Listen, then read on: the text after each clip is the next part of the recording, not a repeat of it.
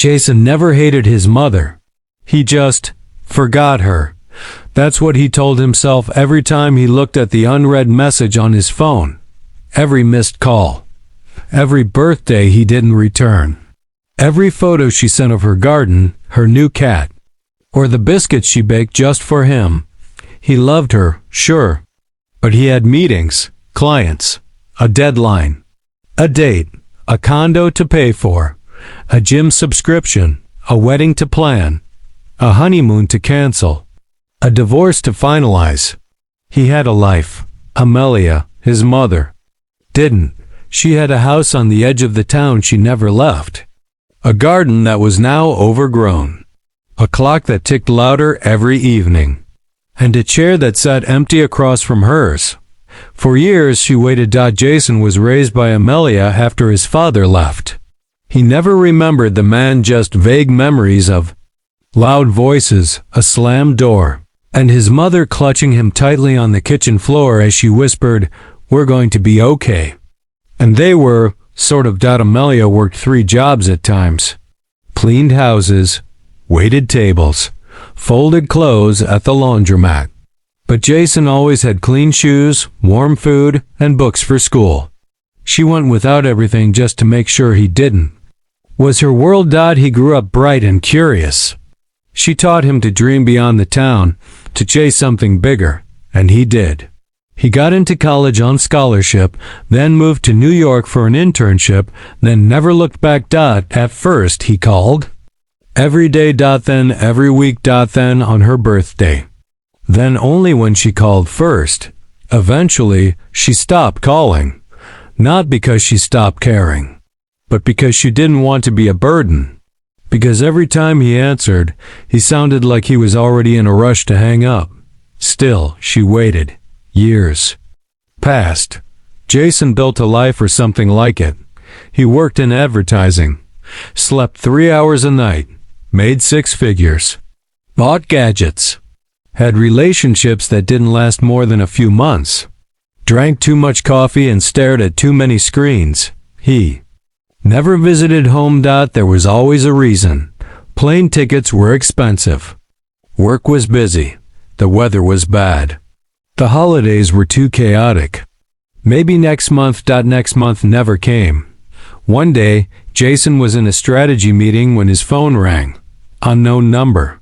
He ignored it. It rang again, then a text popped up. Urgent. Your mother has been admitted to County General. Stroke. Critical condition. Please call back immediately. Jason's heart stopped. He booked the next flight. Delayed. Missed connection. Slept at an airport bench. By the time he got to the hospital, she was an IQ. Tubes. Beeping machines. A pale face he barely recognized. She was unconscious. The nurse looked at him with tired eyes and said, "We tried calling you sooner." Jason sat beside her, held her hand. It felt like paper. Fragile, dry, cold. He whispered, "Mom, it's Jason."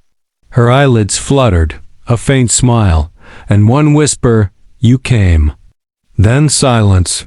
The flatline sounded before he could even respond.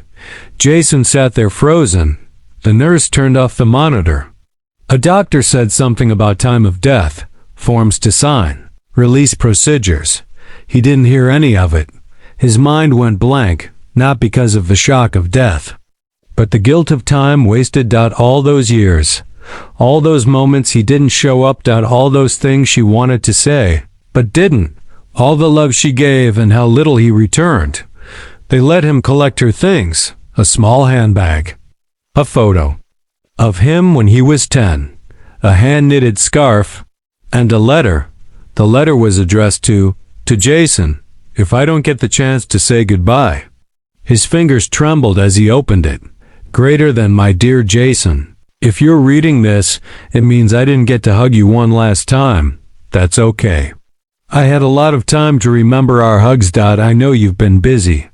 I never wanted to make you feel guilty or tied down. I just wanted to hear your voice once in a while. You were always such a bright, beautiful soul. Even when things got hard, you smiled like the sun. I miss that smile. I know life took you far away, but you were always close to me, every single day. I made you tea in my thoughts. Sat across from you in memory. If you feel regret now, let it go. Just promise me. Love someone as much as I loved you, and never forget where you came from. All my love, Mom. Jason sobbed until there were no more tears. The funeral was simple. No relatives, no big crowd. Just Jason, a few neighbors, and the pastor. She had always been quiet. She left quietly, too. Afterwards, Jason went back to the house. Her little kitchen still had a tea mug on the counter. Her rocking chair still faced the window. He found a shelf full of things he'd sent her years ago. Old postcards, college brochures, a blurry photo from his office Christmas party. She had kept them all. In the attic, he found dozens of unsent letters, all addressed to him. All unfinished. She had written him every month for years. Never mailed them. Just wrote, folded, and kept. He sat there reading page after page of love, memories, questions, stories, birthday wishes, New Year blessings, and prayers. One letter read, Jason, do you remember when you got sick in 3rd grade and I stayed up all night making soup and holding your hand? You called me your hero. I don't need to be your hero anymore. I just want to be someone you still think about. Jason didn't go back to New York. He took a leave, then resigned. Friends messaged, clients called. He ignored them all. He spent a month at his mother's home, fixing it, cleaning the garden, repairing the chair she always sat in. He talked to her aloud every day. At breakfast. While watering the roses, while folding laundry. Then one morning, while going through her cupboard, he found an old journal. Inside it were 2 pages titled, Things I Still Dream Of. Some entries read, Jason sitting across from me at dinner, baking lemon cake with him again, holding his child one day, seeing him become a kind man, hearing him say, Thank you, Mom. Jason stared at that last line for an hour. He whispered, Thank you, Mom. Months later, Jason returned to the city, but not to live. Just to collect things, sell his condo, and say goodbye to a life that never fulfilled him. He moved back to his mother's town. He used his savings to open a center, home for elderly mothers with no one. He named it Hope of Mothers. There was no press, no launch event. Just one small sign by the gate and a heart full of guilt trying to become something good. Asterisk. He spent his days cooking, helping, driving them to hospitals, reading books to them. He listened to their stories. Some mothers had children who forgot them. Asterisk. Some had lost their kids.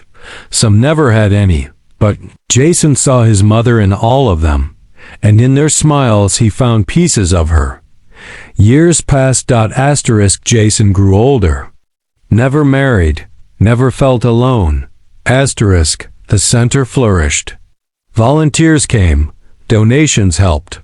The town respected him. He became Son Jason to all the mothers there. But every evening, before going to sleep, he still sat in the same rocking chair his mother once used. Asterisk. He'd look out the window, hold the old photo of her in his hands, and whisper, Greater than I remember now. I love you. Asterisk. And I'm still trying to be the man you dreamed of.